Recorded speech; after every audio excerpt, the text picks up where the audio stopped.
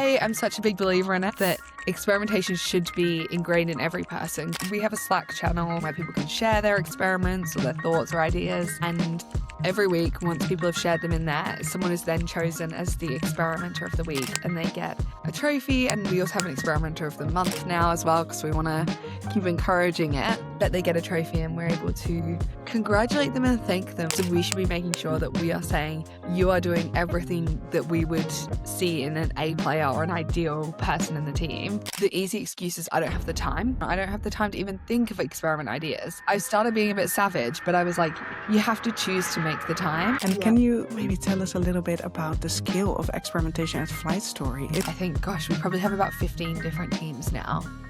Every team runs their own experiment. So I think I was calculating marches recently, and I think it was something like 50-ish experiments, but that's across the whole company. And then 2 years into the role, Steve said, would you want to start an experimentation department? I've seen the likes of Amazon, Google, all have experimentation teams, and I want to have something like that so that we encourage more growth within the company. And I every week would report on what I was doing. So whether it was changing a demographic targeting or changing the piece of content and testing different styles or hooks. And I would share it not knowing it was called experimentation. We haven't been doing it for tens of years with hundreds of employees. It was just me. But I'm lucky having someone in leadership, which is Steve, that allows you to and trusts you to go and run experiments or try new things. And if something doesn't work, that's okay. We move on, we try something new. And it's amazing because he's so supportive and he says, what we need to be doing is just trying more. It doesn't matter if it fails, but as long as we are trying more things, that's all he asks for. Experimentation isn't about saying yes, but I think it's about trying. And every decision I've always been like, oh, try in life and see what happens. I would love AI to take over my whole job so that I can then spend that time doing all the things that AI can't do. That we have a part of testing that we have currently been able to replace by AI. Ooh, what is that part? Grace Miller is head of experimentation and failure at Flight Story, the company that runs The Diary of a CEO with 15 million subscribers and also other podcasts, of course. And failure seems to be key to their growth. And the teams experiment not only with YouTube thumbnails, but also with emails, paid media, and so much more. Grace, our audience might know you from your role and the fact that Stephen Bartlett sometimes mentions you on national television and Forbes, I guess. But what are you not known for that you're actually thought leader on or very enthusiastic about in our space? Ooh, I think, as you said, we talk a lot about thumbnails and those sort of experiments we run, but we don't talk a lot about, I'd say, the traditional experimenting we run on our website and our product sites. And really understanding like CRM and how our consumers, or CRO as well, of how our consumers like move through the journey of a website. And I think that's probably one of my most enjoyable areas because you really get to see the statistical significance, the data, and understand what you can delve into more. But it's not something we talk about a lot publicly. So yeah, I'd say that's one of the most fun areas that I love doing behind the scenes. So the attention goes to the thumbnails, but actually your passion is much more in the A/B testing and the data and the CRM. Definitely. I'd say thumbnails look like a really fun public metric, but where the actual data is behind the scenes on other areas. And what makes you so passionate about data? I think it's because it's as storytelling. When I was previously in marketing, there's like a joke. It's like you're either a marketer who likes the numbers or a marketer who likes design and creative, which is very stereotyping. But it's a hilarious joke online. And I've always been the one who likes the data and the numbers. And then when I moved into experimentation, I was like, actually, it's so interesting because we call it killing the guesswork of where we can understand data to help us grow or get better. So it's not just look at a number and go, oh, that did well or that didn't do well. But how do we then use that to influence what we're doing in the future across every area of the business, not just across CRO or the thumbnails. It's how can we use data wherever we are in our work to help predict or find ways to improve what we're doing. Kill the guesswork. And can you maybe tell us a little bit about the scale of experimentation at Flight Story? Is it that every team runs its own experiments? How many experiments are there being done in a month? Yeah, we empower people to run their own experiments. But then the experimentation team that I'm in, we also run experiments ourselves or can help other people run them. So when people start at the company, we do a whole intro, we call it Flight Lab, but an intro to experimentation where we go, why do we do it?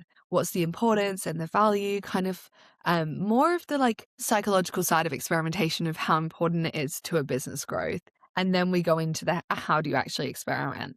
So every new starter gets to be a part of that. And we take them on the journey of the importance of experimentation. So when they're joining, they know it back to front and there's no excuse for not knowing what experimentation is. And then when they're in the teams, within every team, I think, gosh, we probably have about 15 different teams now.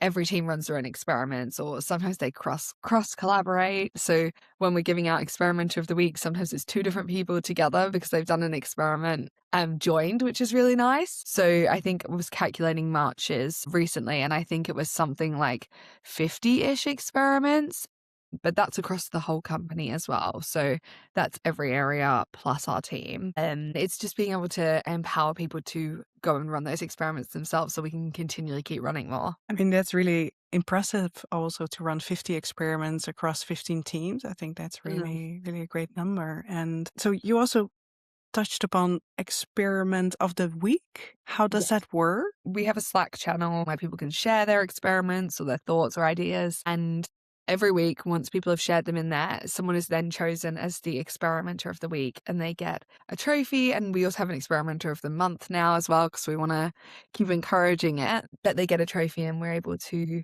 congratulate them and thank them for being a part of what we would say is our culture. And we pride ourselves on experimentation and they are embodying that. So we should be making sure that we are saying, you are doing everything that we would see in an A player or an ideal person in the team.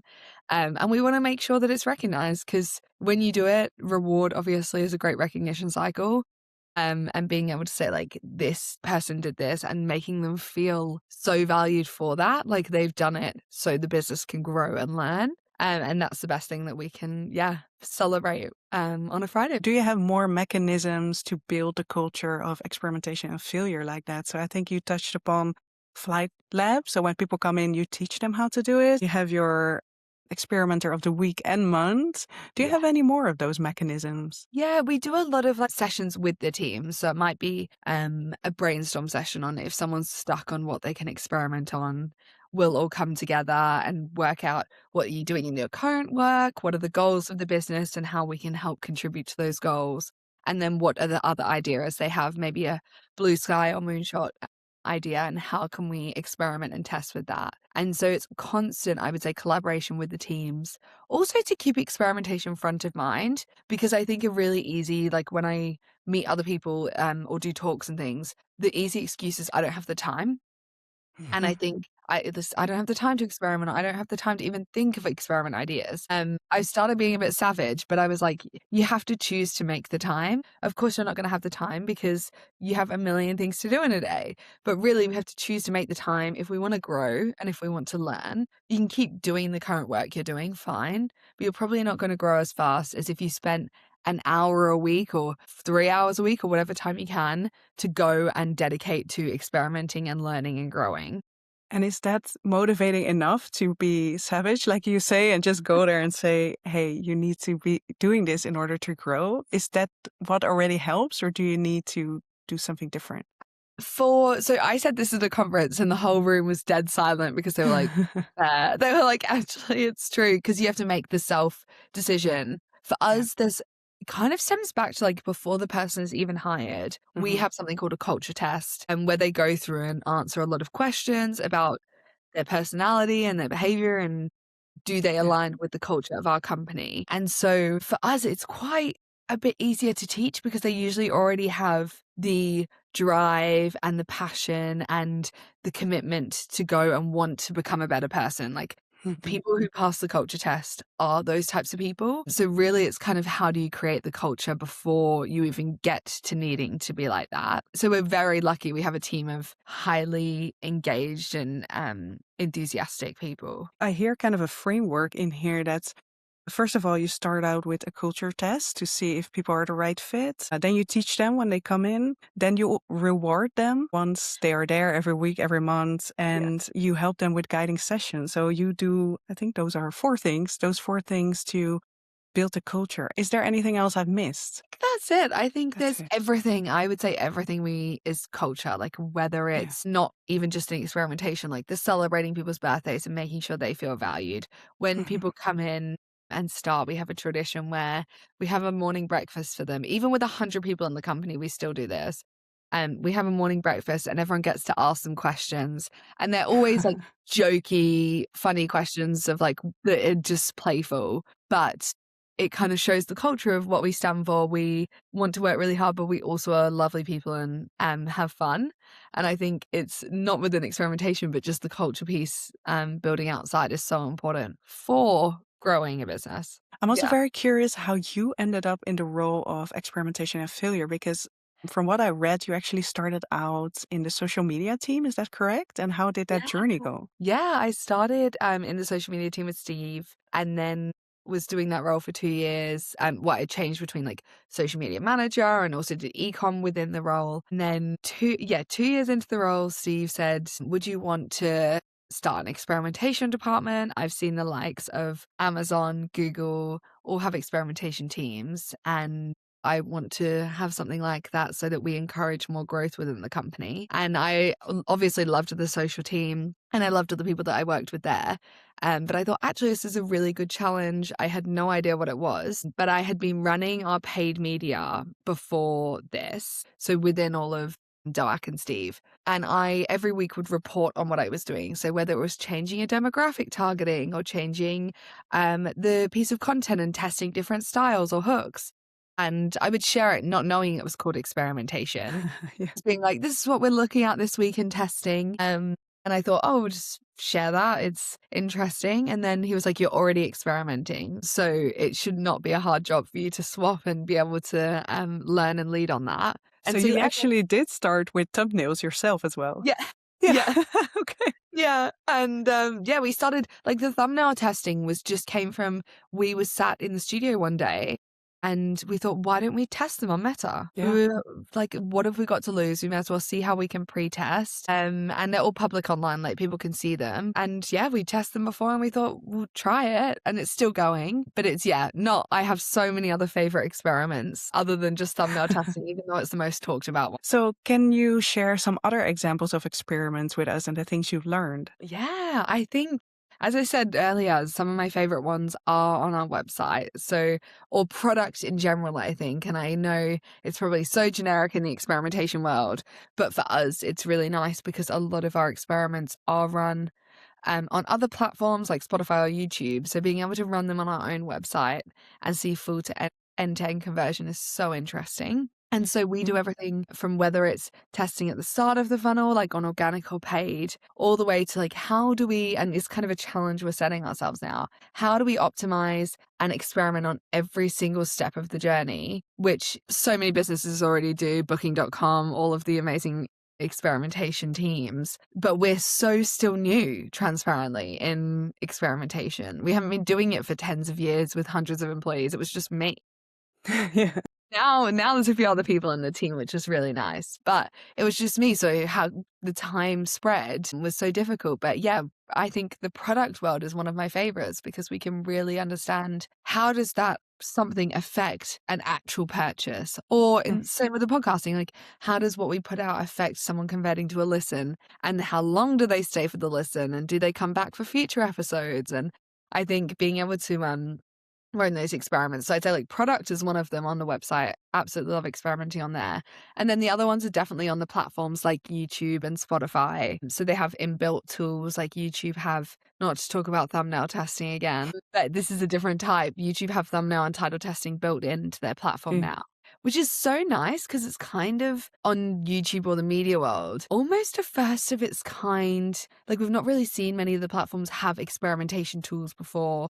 100%. And it empowers so many people, right, to actually run the experiments. Like Yeah. me as a really small creator can Yeah. even experiment there. And I guess it enables a lot of people to do so, which is also what we're doing in companies, right? We try to empower people to experiment. And I guess this is Yeah. how YouTube does it. And I love that as well because it also brings, I think sometimes experimentation can feel quite niche. And Yeah. it's funny because when we started the experimentation team, we're like, oh, this is so amazing. This is new. And I was like, no, it's not. I was like, when I've gone on even and looked up experimentation, there's hundreds of thousands of people working in experimentation. You just True. don't hear about them. Yeah. And I guess with the Shopify store that you now have, you kind of entered that more traditional space of experimentation that's also called CRO. Yeah. But of Yeah. course you do such a range of stuff. Yeah, but it's nice to have met and like now know other people in the industry as well, Yeah. because otherwise you think it doesn't exist. So like going back to the platforms, it's nice now that people are going, this is experimenting, this is testing, Yeah. and wanting like people who wouldn't have even known what experimentation is. Yeah. And they can now go and learn more about that and test on the platforms themselves. And so I love that it's becoming a lot more mainstream. So you really started from, okay, you were in the social media team and then started running the experimentation team and that's building that whole mindset. What were things you had to learn along the way? Did you make any mistakes in running experiments that you now look back on and think like, ooh, that data wasn't really good or I should have approached that different? Do you have an example like that? Yeah, so many. And I think that's the failure side of Yeah. the job is like, for example, when we were setting up like experimentation for the first time, or CRO on our website, some of the tests we'd run, it could be anything from like we'd set up a test and realized it was running across the whole site rather than, or tracking numbers across the whole site rather than just on that page. And so like learnings like that, almost silly learnings, but things that have been so valuable to then grow. And even the way we track and run our experiments. Like I remember when I think I first met you by watching you talk. And I Oh, remember, really? I think so. Isn't that Okay. how we met? I felt like you sent me a DM about women in experimentation, but it could Oh, be that maybe you've I seen me did. somewhere. Doesn't matter. Anyway, but I think, yeah, I was gonna say, I think what's been amazing is to learn from other people as well of in the world of how we can improve our experimentation. So Hmm. whether it's how we set out, like we originally had a 4-step process of how we would write up every experiment, and we still kind of use that. But then how does it develop even more? And do you look at independent versus dependent variables and how far and deep? And I think every single person in experimentation has different ways that they track or write up experiments. Yeah. But we're like the balance between teams still learning experimentation, but also trying to be like innovative and kind of like grown up in experimentation as well. But I think finding the balance and understanding like how should we track things, like even learning more about it. I really went in and just kind of made it up at the start. I was like, I'm Hmm. going to do all this research and see what works and what doesn't. And but I'm lucky having someone in leadership, which is Steve, that Yeah. allows you to and trusts you to go and run experiments or try new things. And if Hmm. something doesn't work, that's okay. We move on, we try something new. And it's Yeah. amazing because he's so supportive and he says, what we need to be doing is just trying more. It Hmm. doesn't matter if it fails, but as long as we Yeah. are trying more things, that's all he asks for. And so having that kind of support of being like, as long as you're trying and testing things, that's all that matters.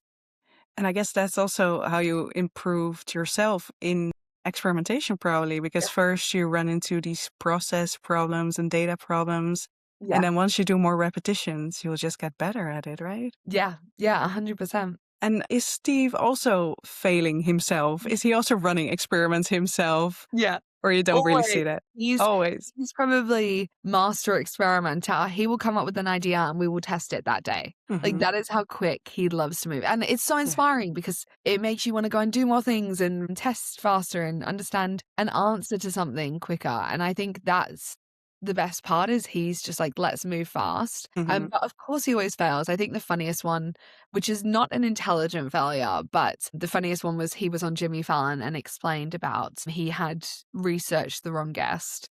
And because he gets sent like a research brief and he Yeah. read the wrong one. And I was like, that's hilarious because I was like, fair, like Yeah. not an appropriate failure that we have wanted to happen. But he's willing, yeah, he always fails. And I think the best part is he doesn't dwell on it. He's like, if that failed, fine, move on. Let's try the next thing and find the next best answer or the next best business. And I think that's what I've like one of the biggest things I've learned from him is even if something doesn't work out, he just moves on and does the next thing. And how do you use that for different brands? Because you said there are 15 teams now. It's quite a lot. Different brands, different types of people inside teams. How do you use maybe learnings that you had from Diary of a CEO on Yeah. another podcast? How does that work?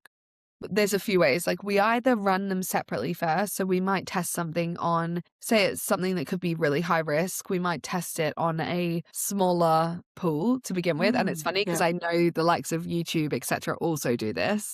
They'll test a new feature on a smaller like subsection of people or accounts. But yeah, for us, we will, if we're testing on the Diary of a CEO, we'll take the learnings and then apply them to other shows to test, does that learning and answer still hold? Because sometimes it will be very different because they're different audiences. But sometimes if it's on the platform, it could be similar. So if we were testing like a call to action in an episode, one might work for Steve's audience, but then for Davina McCall's audience, it might be completely different because they're a completely different age group or gender. For some, we apply them to others because we know, wow, that's generated X amount more views. That needs to instantly just be applied across the board.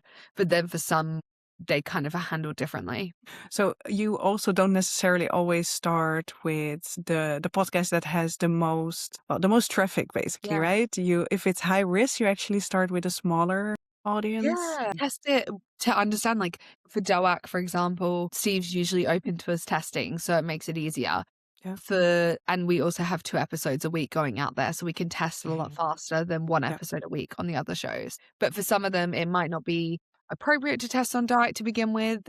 So we'll test it on another show and see, like, does that stand? Also, I think the best part about, because when we started, it was just 1 show. The most amazing part about having all these shows now is we can learn so much faster.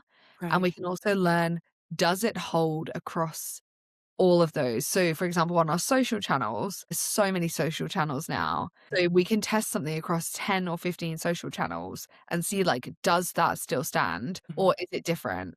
And almost I love it. It's like understanding the algorithm better and being able to predict what works and what doesn't. And are there like best practices then that you find, or is it always like a different brand and a different medium means a different winner? It's some hold true, like something where we might be testing on clips and go, we're going to test how does a time bar affect retention? Yeah. And something like that where it's not guest dependent or host dependent usually might hold true across other shows. But sometimes it might be the actual how do you edit the clip. And for example, Paul, he has a podcast called We Need to Talk. His show is very, I would say some of the guests are like more pop culture. And so his audience might be wanting high, fast cut clips, whereas Davina's audience are more midlife people who are willing to just sit there. They're not going to hold down 2x speed because they don't even know 2x speed exists. That's my mum. And they would just sit there and watch. And so it's a kind of a different experiment there of like there's different types of retention and understanding how does that work. And even the platforms, like how do we tailor different platforms for marketing to different podcasts depending on where those audiences are and not trying to force an audience to be somewhere they're not. Can you tell me a little bit more about not forcing an audience? Yeah. I would say the perfect example is Davina's audience. Okay.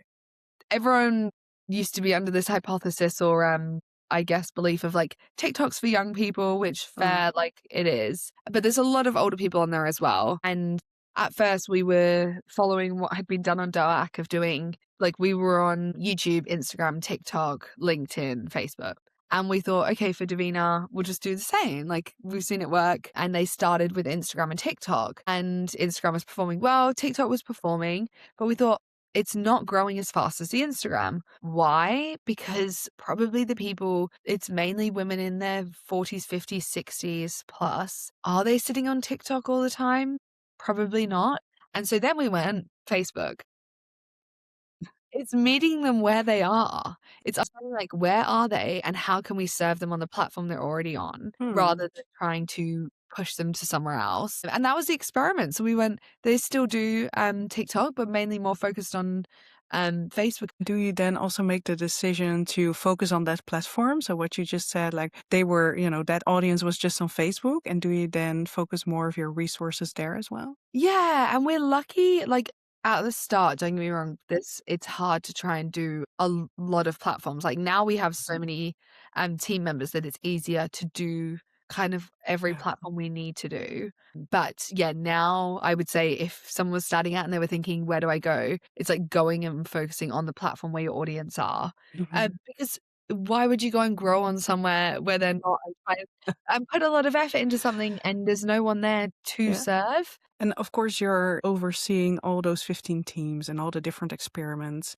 How do you measure the success of experimentation as a whole? Do you, for example, use experiment counts, or do you use quality of experiments? Where do you look at to know, like, hey, we're actually doing good at experimentation and we're actually doing better than last quarter? It took us a while to get to this because at the start it was like, let's just write our experiments down and track them everywhere. And now it's a bit more balanced. We're tracking them all. So we're Okay. able to understand like how many we're running, the quality, are the number of experiments increasing or decreasing. You don't always have to increase. Like you might be only able to run 2 experiments a month. And if that's Yeah. the best you run, that's fine. But like at least we're trying something new. And now recently we have like overall company KPIs and goals. And now we look at our company KPIs, individual team KPIs and goals and understand how can every experiment we run help us get towards those goals faster.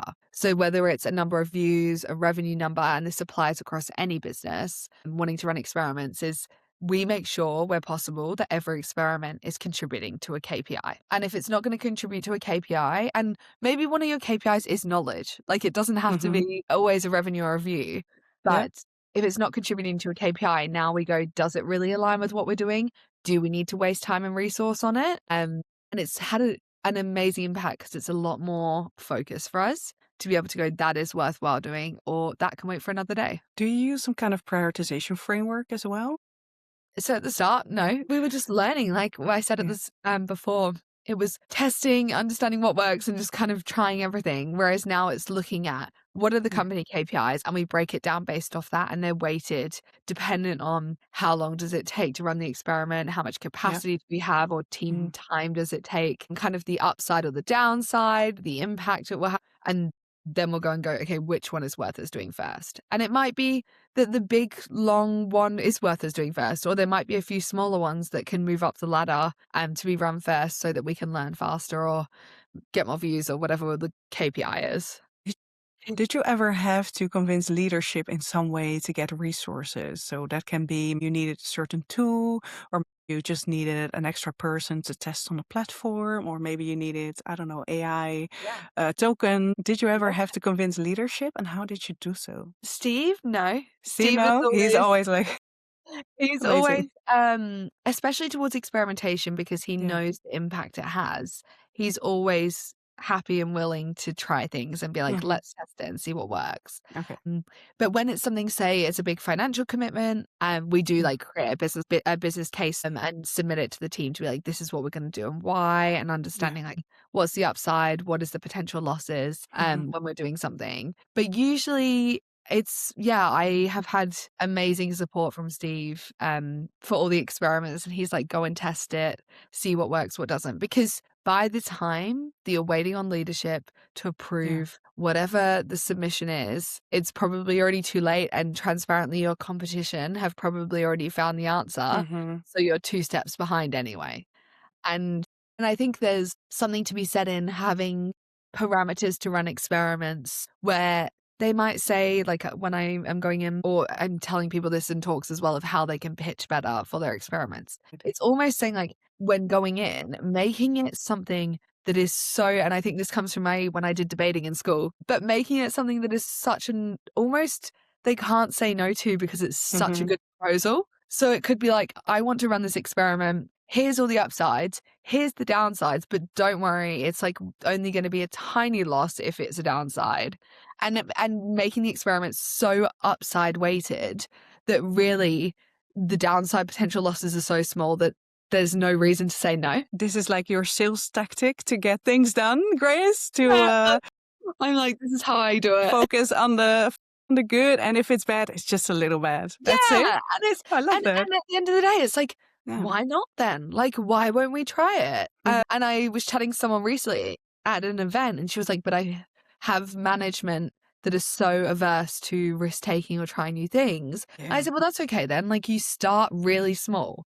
Like, Yeah. instead of saying, for example, say it's email marketing, and instead of saying we need to experiment and change all of our email marketing, you're like, okay, can we just try on one email to test this and see like." Mhm. Does it work? And then it's like, it's just one email. And obviously, statistical significance, you probably need more than one email. But to start off with, like, just something so small, we call it 1%. But really getting them on board and saying, like, look, even if it failed, it wasn't a big failure. So, like, getting them and taking them on the journey. And everyone has that, like, there's so many people that are risk averse Oh my in gosh, life yeah. and in work. And so it's about kind of hand holding them on the journey Yeah. to get out of risk aversion Yeah. into I risk mean, taking. most of the companies I see, they are really risk averse and really scared of experimentation, that it will slow them down or that we're looking at the wrong things and we should just do like innovative swings and never even test because then we're not going fast enough. So Yeah. It doesn't mean to say that those companies can't do it. Like I have 100%. done talks with, for example, like a healthcare company Yeah. who health is obviously very risk averse because you don't Yeah. want to put someone's health on the line and you can't fail with it. But we did a session for them. And then the people who someone organized it, but I just attended to present the experimentation part. And they said to me the other week, this was over a year ago, I presented that. They said the other week, they were like, they have said that experimentation session has had Yeah. so much impact on their business that they've been able to Wow. move at such a faster rate than what they were doing before. And I'm like, that is music to my ears. I'm like, that is the best thing that I ever could have been told, because being able to have an impact on something that is such a risk averse business Mm-hmm. and being able to say, actually, don't worry, like you don't have to be risk averse anymore. You can take these small risks. And also their management obviously having buy-in to being comfortable with doing that. But it's it's amazing that even companies like that in healthcare and things can still find ways to take more risks and experiment. I mean, I think you might have found a superpower here from yourself to be able to guide a company into that by just, one session. That's amazing, right? Yeah, and I even feel proud of you. Like, this is amazing, Grace. it's nice to hear that because I'm like, oh, I Yeah. really want to, not for anything, but I want to go and see what experiments they're Yeah. running because I'm like, it's so nice that they are doing something different now and feel also employees feel empowered, I think, when they are Exactly. given the opportunity to try new Yeah. things. And I And think I it's something, wanted to ask you this as well. If you also felt that personally, if experimentation somehow empowered you, because it looks like you're yeah. empowering other people in companies now. Oh, 100% has. Like Yeah. I think it's been since I was young though as well. So it's not just been in adulthood, it's being able to try things my whole life and see like Mhm. what works, what doesn't. Okay. Just I think I've always been a yes person and said yes to things. Can you give an example? Like anything crazy you have said Everything yes in to, life, or just when I was younger, I was on the like I lived in a city called the Gold Coast in Australia, and I was on the Mhm. junior council, and we would Yeah. have council meet junior people like in school.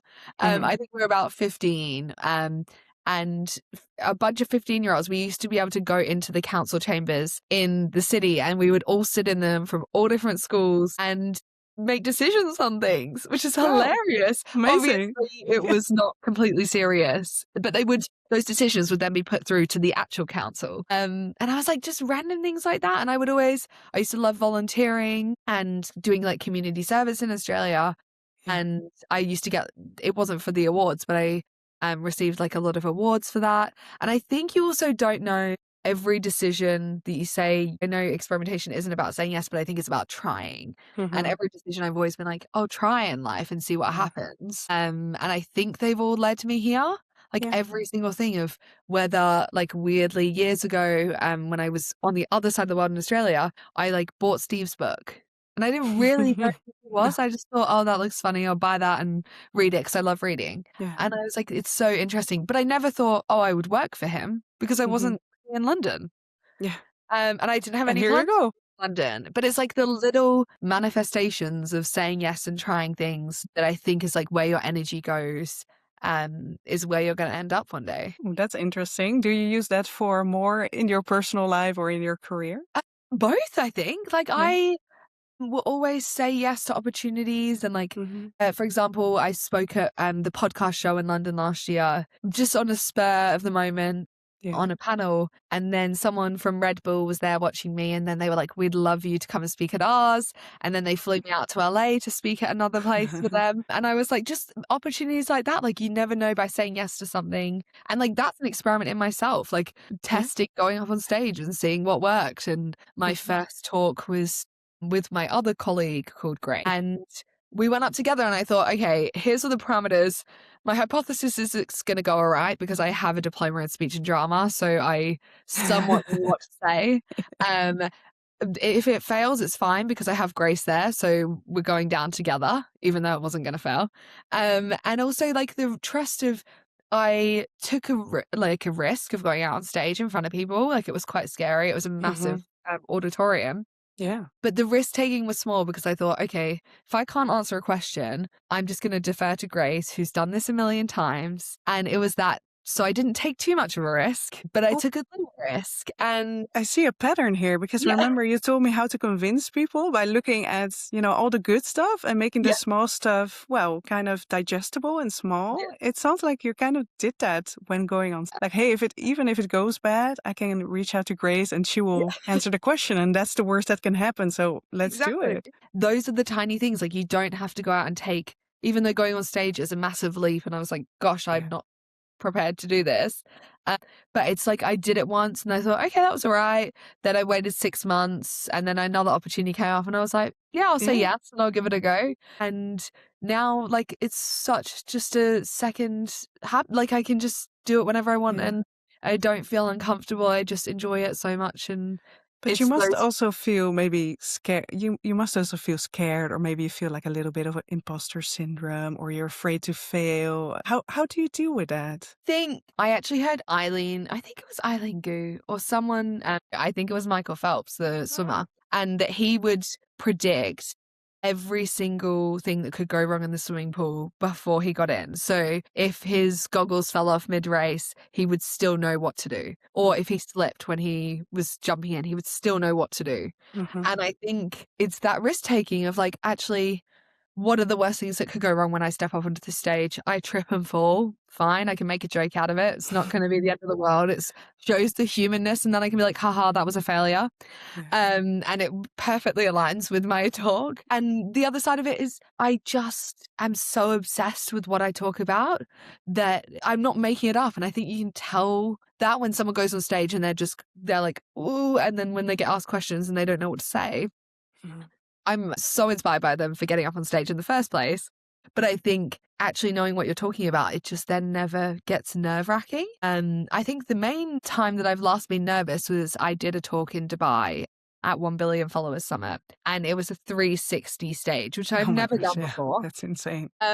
And I was like, how the heck do you turn to Where do all you even look? I actually recently watched someone else do a 360 stage, but there Yeah. was two of them on this. They were having to turn at the same time, and I was like, "That's just near impossible." And so, and that was a challenge. And so I went the night before down. It was just in the hotel down to the event space, and it actually, I've not said this, but it actually freaked myself out more because I was like, Mhm. "This is massive," and I was like, "This is such a big room. Everyone from all sides." I was like, every single, and I'm not a self-conscious person, but every single part of me needs to look perfect because there's people staring from every angle. And it was an experiment in itself. It was trying a new stage, seeing what happens. And yeah, that was probably the one I don't really get nervous anymore. I get like excitement, but for that one I was definitely nervous. And I was like, okay, what are the things that could fail? And I was like, okay, when I walk up, it could fail.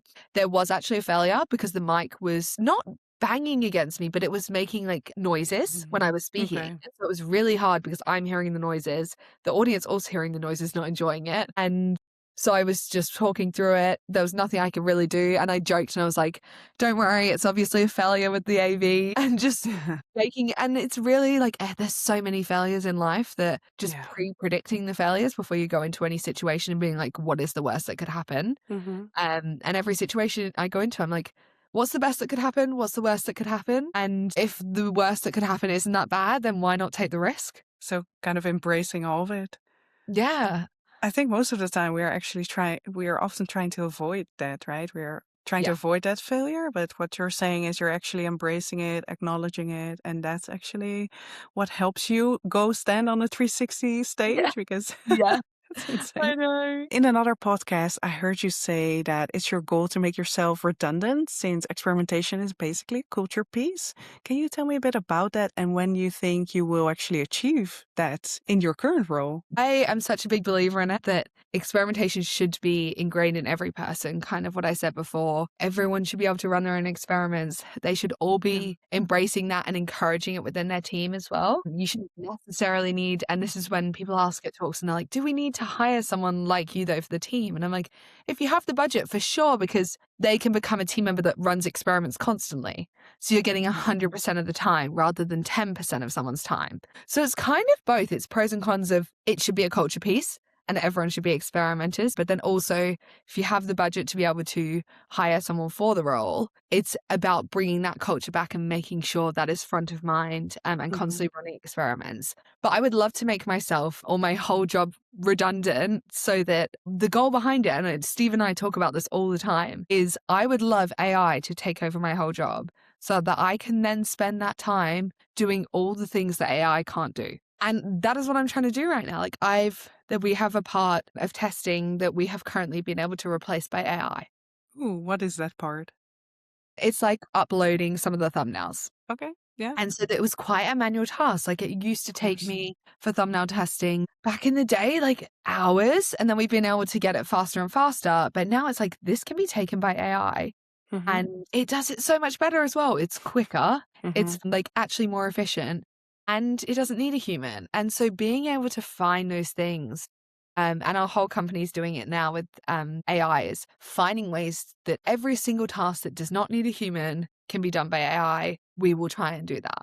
So imagine you can do all the tests that are repetitive. AI can Yeah. do it. You sorted that out. What do Yeah. you think is a task that is still on your plate? For us, it's talking with other people and looking for things that are coming up that's new. So how I see it is we had, like, say, a big project that we found and started doing 3 years ago and now is still going and producing amazing results for the company. Without having those conversations and thinking and hearing, oh, that person's doing that, and hearing new things happening in the industry, it's hard to jump on and know that. Yeah. But I think you can even use AI to do that now to our advantage, is what's happening in this industry, or for us, it's the media industry. What's happening in the media industry news? What's new? What new features are out there? How do we implement them? And I actually think the whole point is, like, if I can get AI to do as much as possible, to be honest, the goal is how can we have a team of 10 with only one employee? And I know people are very averse to AI now because I think people are worried that it's going to take their jobs, but really it's the person using AI is going to take your job. Why not? True. Why not be that person Yeah, that be that learns about person. AI? Yeah. Because I'm like, let's learn about it. Let's see how we can use it. And if I could go into a company and say I was getting a new job, if someone came into our company and said, I'm one person, but I can make you a team of 20 just by using AI that could be your whole marketing department, for example, why would you not hire them? Mm-hmm. You're hiring one person for a team of 20. And that one that's what, person can do a lot. yeah. And that's the whole point of the making myself redundant, Yeah. is I want to find every way possible to get AI to do it because it benefits the company as well. And at the Yeah. end of the day, if it was my company, I would go, oh my God, that employee is putting so much more time and not wasting their time on things they don't need to be doing. Precisely. Controversial, but that's my opinion on AI. I also noticed that you started actually your own personal brand on Instagram and you're sharing a lot of interesting insights. Can you share a little bit about what content are you putting out there and what people can follow you for? I only started it kind of officially this year. I know we've talked about it before. Yeah. And I'm trying to get into a better habit of consistent posting. But I'm kind of doing a mix of podcasting, experimentation, and then in the world of media. So podcasting arm is like, what podcasts am I listening to? But also, what are the best tips for podcasts? Like, how do they impact the performance of a podcast? Are there new features and things? So the amount I can share on that, and then looking at experimentation. So trying to get more into the world about what is experimentation? How do we encourage failure and those sort of things? And then the other one is just media, like behind the scenes of what it's like to work in a media company and getting to share a little bit of that and like the events or the work behind it and those sort of things of what really happens. Yeah. It has really been a pleasure to follow you and to see you go up on those big stages. I was like, yay, Grace, go for it. Yeah.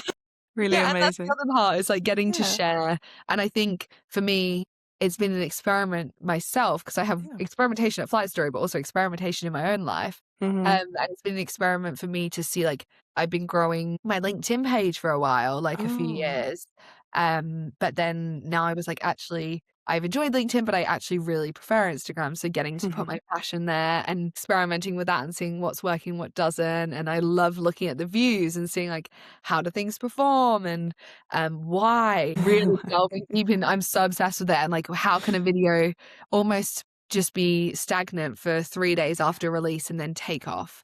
Yeah. And why and how does that algorithm work? I'm just obsessed with that side of it. I will share the handles of your Instagram and LinkedIn in our show description so people can Thank follow you. you. Thanks so much for your time today, Grace, and sharing some of the wisdom. I mean, there was a lot of wisdom in here. Thanks so much. No, thank you for having me. It's so nice to chat, and obviously I learned so much from you. So I'm so grateful for and I'm sure I'll be able to talk to everyone who listens more about experimentation, and I love to share ideas or brainstorm ideas together.